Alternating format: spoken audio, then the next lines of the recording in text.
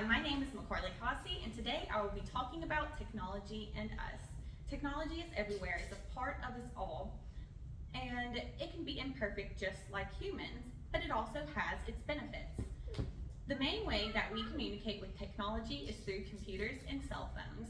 They allow us to text message, video call, and much more through one device. Nowadays, we usually use cell phones because it is more convenient than a computer, and you can do a whole lot more on your cell phone, like read the news, listen to podcasts, and listen to the radio.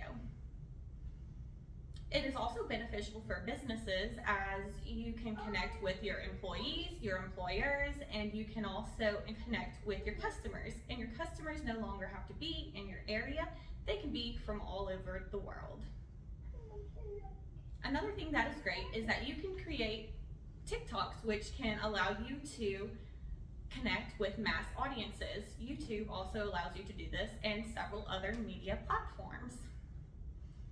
Laurel Storm said that hearing aids can also allow deaf people who are partially deaf to communicate better using speech and hearing speech, while cochlear implants will allow people who are completely deaf to gain some hearing. This is great advancement in technology for communication as it brings two worlds back to one. There are also some disadvantages with communication. As you communicate with people online, you lose the nonverbal communication. So you can't see what somebody's facial expression is, you can't see what their body language is saying, so you don't get that immediate feedback.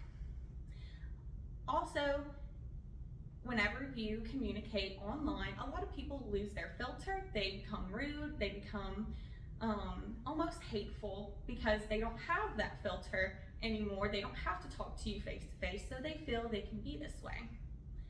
Another thing that can be bad about communication online is the fact that when you communicate online, you use slang.